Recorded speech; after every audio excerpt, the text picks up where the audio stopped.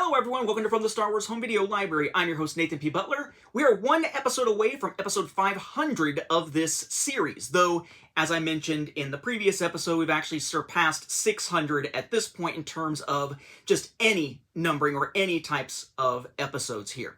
I do want to apologize, it does seem a little washed out right now. I'm not entirely sure what is up with that, but hopefully it won't be too distracting here for this episode and our 500 that I'll be recording shortly after this one. What we are looking at here this time is something that I was made aware of thanks to Matthew Hardesty, a friend of the show and member of the Star Wars Home Video community, who has an eagle eye for stuff involving George Lucas. And you'll find that in my Star Wars Home Video library, as we've shown here on the show, there are plenty of items out there. Yes, I did just hit a DVD on my table. There are plenty of items out there that include George Lucas talking about Star Wars in some way as part of a broader look at science fiction or at visual effects or something like that.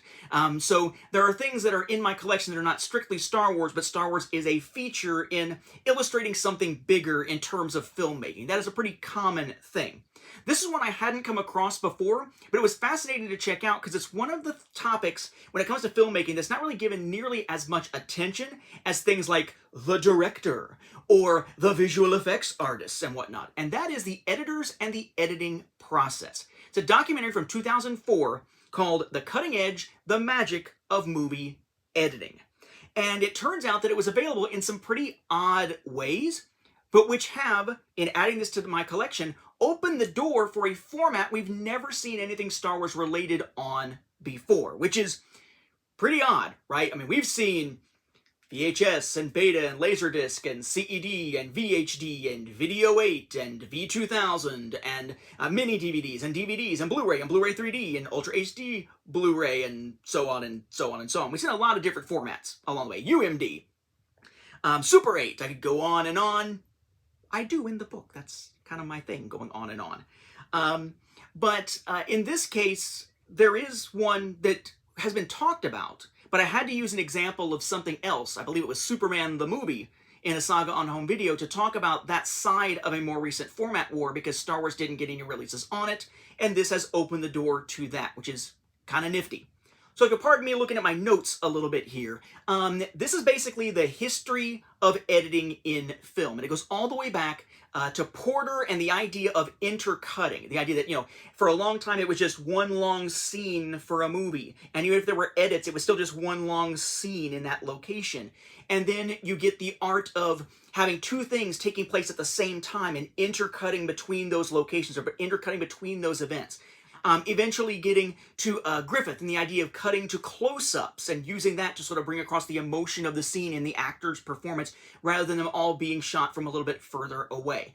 All the way up through editing for more modern audiences, editing on film and how that worked, editing digitally and so on, and some of the amazing things you can do now with digital editing where it's not just we can fix it in post, half the time it's we can create it in post. So just this idea of the art of film editing, at least up to the point where we were in the middle of seeing the prequels being released out there into the wild in theaters. Revenge of the Sith had not come out yet as of the time of the copyright, at least, of 2004 for the documentary itself. Now, these releases came a bit later, but the documentary itself does have a 2004 copyright date, so presumably Lucas was in the midst of wrapping things up for Revenge of the Sith at the time that the interview probably took place for this. It's not just Lucas that appears in there that has some relation to Star Wars. You have Paul Hirsch, you have Richard Chew, we have Lawrence Kasdan all being in there. For Lucas, he appears around the 43-minute mark very briefly, and then at about the 1 hour 23-minute mark, it really kind of focuses in on Lucas, where he talks a bit about, again, movies as sort of visual poetry. He talks about, you know, it's poetry, it rhymes with storytelling all the time, but talks about this as sort of visual poetry. There's very much a focus on him and the fact that he is at the forefront of digital editing at the time. They talk about pre-visualization and the idea of editing in quote-unquote 3D in the sense that you got all these different ways that you can manipulate. He calls it in 3D. And the idea of sort of directing from the editing room, where you can sort of shape the story after you've got all your different coverage and all your different recordings and you know kind of what you're going to do with special effects, perhaps. You can do a lot of directing from the editing room as you can digitally manipulate stuff. I find it particularly interesting that there is a comment that he makes about AI basically what he says is that you're never going to get an AI, an artificial intelligence, that is neurotic enough, in his words, to actually create a true performance, because performance is art. And this was 2004. Here we are nearly 20 years later, and certainly we are pushing the boundaries of what AI can do. So an interesting comment to have been made at the time. Kind of odd that it was made at all, but it was pretty cool to hear his thoughts back then relative to what we are seeing, of course, now. It does look at stuff, not just Hollywood stuff, it looks at things like propaganda and whatnot, like Why We Fight, Triumph of the Will, stuff like that, and just kind of how editing can ratchet up emotions and so on. Ironically, it ends, I thought this was kind of funny, with an Oscar about to be presented for Best Editing. Who is presenting the Oscar? Will Smith. Obviously, very pre-slap. I would note, though, before we look at the actual places where you can find this, if you're wanting to watch this, and I did find it very interesting, it's probably one I'll watch again. It's an enjoyable, cool little documentary here. Just know that this is not something aimed at children. There's nothing that actually says a rating on here anywhere. In fact, it says not rated down at the bottom. I would consider this an R-rated thing. There's not a lot of issues. There are some F-bombs. I think there's at least one F-bomb, maybe more than that. And probably more of note for American audiences in terms of how we tend to censor things and whatnot. If you are familiar with the uncut scene from Basic Instinct of Sharon Stone in the interrogation room, that kind of became the classic thing that people think about when they talk about Basic Instinct and how it pushed boundaries and whatnot. It is in the documentary uncut. So maybe not something to watch with the kids in the room, perhaps. So, where do you find this cool documentary that has Lucas in there using Star Wars as examples, talking about the process in terms of the more modern version of film editing? Well, you can find it individually on DVD. That is this. The Cutting Edge, The Magic of Movie Editing, DVD down at the bottom there. So you have the 4. Then here you got just the title again, product number, DVD video, and it is Warner Home Video. Then the back, UPC, quote, I'll actually read this for you here. Cast crew information, your legalese and whatnot. It is a widescreen version, it notes there, region 1, and so on there. The back says, Secrets of Movie Magic Revealed via the craft of the film editor. Bullitt's dynamic editing. Bullitt? The Steve McQueen film? Yes, we'll come back to that. Bullitt's dynamic editing, highlighted by its twisting, squealing, hill-leaping chase sequence that leaves viewers whooping and woozy, earned a 1968 Best Film Editing Oscar and helped make the film an action classic. How do film editors work this kind of magic? This fascinating program lets you in on the secrets. Quote, what makes a movie is the editing, says Zach Steinberg, Academy Award-winning editor of the Matrix trilogy. Close-ups, flashbacks, parallel action, slow motion, juxtaposition of images. These are just a few tools that make clips from Birth of a Nation to Pulp Fiction, The Battleship Potemkin to Gladiator, indelible. Narrated by Kathy Bates, and with interviews of a who's who of contemporary directors and editors, The Cutting Edge, The Magic of Movie Editing is, shot for shot and frame after frame, real, R-E-E-L, magic. Subtitles in English, French, and Spanish for the feature film here. Okay. So, you look inside, it is just the disc itself. Just title, Warner Home Video, DVD, legalese. So you can pop that in there, and you'll be able to watch the documentary on its own. However, you notice it mentioned Bullitt specifically. It's kind of an odd mention. That is because the other place you could find it, aside from this 2005 DVD, is actually on US releases, and I believe some foreign releases as well, but I have not confirmed outside of one from the UK, so we'll focus on US here. But you can find it also on US releases in multiple formats of the Steve McQueen film Bullitt. And I will say, as we look at these, that from what I can tell looking at copyright information on the actual products, the DVD we're going to look at here is from the same year, 2005, which makes sense, but then the other two will be coming from 2007, even though they are all designed to look very similar, just in case I don't mention that here in a moment. So here is a copy of Bullitt on DVD, a 2-disc special edition, Steve McQueen, Bullitt, and then the other cast members there. Then we have Bullitt, product number, DVD, Warner Home Video, very much designed like this one as far as the layout of the spine. The back here is UPC, quote about the film, Disc 1, Disc 2 content, we'll come back to that. Information about the film, cast, crew, your legalese and whatnot. It is a widescreen version, region 1, PG, and so on. But in your bonus features, on Disc 2, it's 2 feature-length documentaries. Steve McQueen, The Essence of Cool, and Cutting Edge, The Magic of Movie Editing. The entire hour-and-a-half or so documentary here is actually on the DVD bonus disc, along with the other, and a vintage featurette, Bullitt, Steve McQueen's Commitment to Reality. So, inside, you'll have the film disc itself, Steve McQueen, Bullitt, Disc 2, Special Features, DVD. This is the one that matters to us. It's got the cars, and it's got the Warner symbol. This is a Special Features disc. This is where you'll find the thing that is Star Wars related, because this is where you'll find the cutting edge. But there is, of course, the film disc itself, which is just the movie, with Steve McQueen, title there, DVD, Warner Home Video, Disc 1, with your legalese and whatnot around the edge. So that is one way to get it, but it's standard definition, so essentially the same definition as if you were to get it by itself. So you get this by itself, or get maybe some more value by getting a copy of Bullitt on DVD and getting that film plus the other documentary and the old featurette.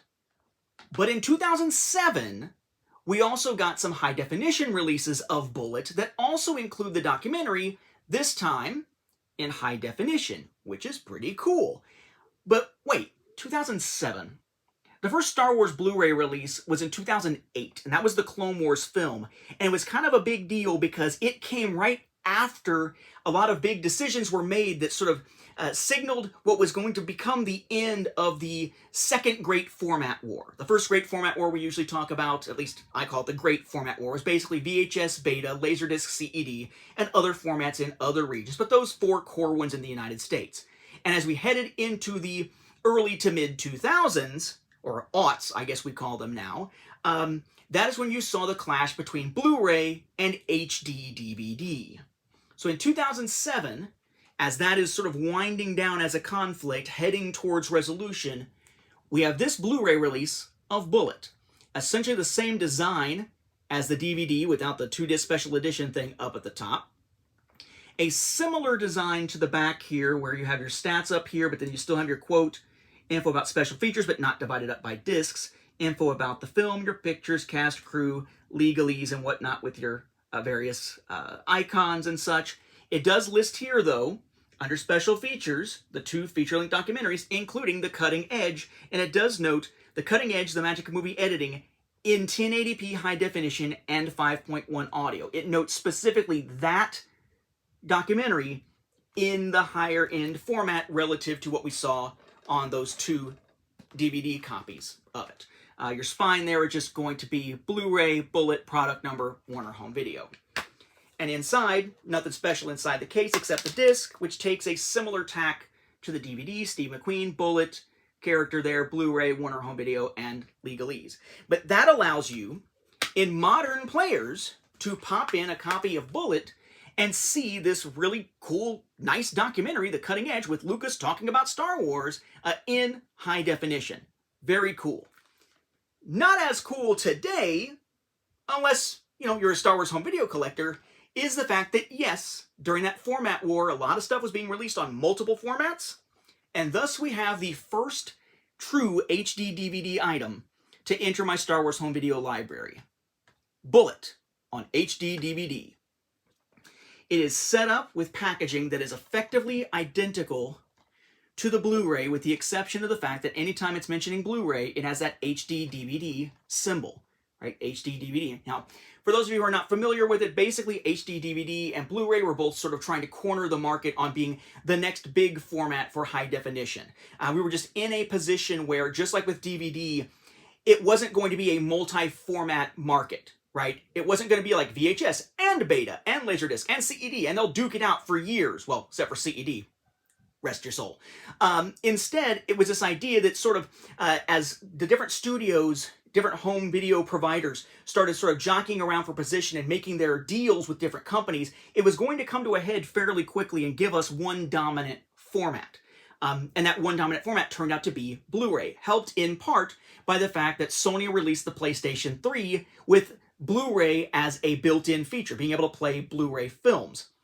On the flip side, you had Xbox at the time, where the Xbox 360 could have an add-on pack, or an add-on connection, whatever you want to call it, that would allow you to play HD DVDs. So for a lot of people, that's how they played HD DVDs, rather than having a dedicated separate player that was not connected to a game console.